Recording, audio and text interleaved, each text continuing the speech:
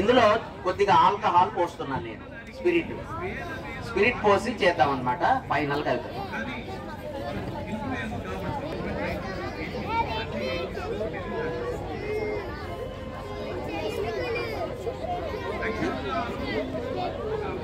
ఇందులో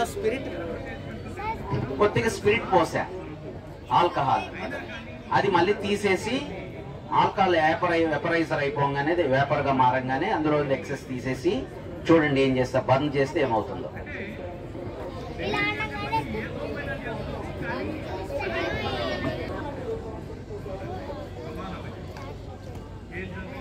ఏం ఫిక్స్ చేశారు? ఇదేంటో చెప్పండి. లైటర్. ఓకే, గ్యాస్ని లైట్ చేయడానికి కదా.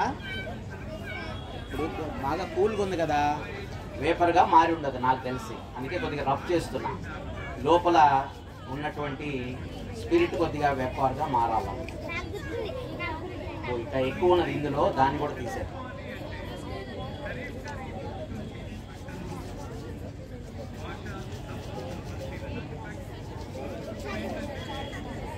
ఎటు వదులుదాం?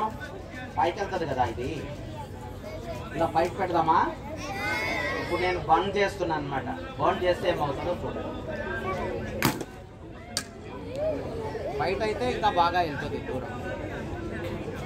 రైట్, ఆ బాడీ స్పీడ్ గా కూడా చేయటం జరిగింది. చూశారు కదా, ప్రతిదీ కూడా సైన్స్ గురించి చేసేటప్పుడు సైన్సే కాదు, ఏదైనా సరే మీరు బాగా అబ్జర్వ్ చేయాలి. పైన చూడటము అనేది కాదు, డీప్ గా మనం ఎక్స్పెరిమెంట్ చూసేటప్పుడు చూశారు కదా, దాన్ని బాగా తెలుసుకోవాలంటే 1 or 2 times బాగా అబ్జర్వేషన్ చేయాలి. అందులో ఉన్నటువంటి విషయాలన్నిటి కూడా మనము గ్రహించాలి. ఓకేనా? అలా రేపు మీరు స్కూల్లో స్టడీస్ చేసేటప్పుడు కూడా పైన చదవకూడదు. తెలియని అంశాలని టీచర్స్ మళ్ళీ మళ్ళీ అడిగి చెప్పించుకోవాలి. చెప్పించుకుంటున్నారా? మీకు ఫ్రీడమ్ ఉన్నది, బాగా టీచర్స్ తోటి క్లోజ్ గా ఉండి బాగా చెప్పించుకోవాలి. ఇంటికి వచ్చిన తర్వాత ప్రాక్టీస్ చేయాలి. ఓకేనా? చేస్తారు అట్లాగా? రైట్, థ్యాంక్ యూ అమ్మా. ఒకసారి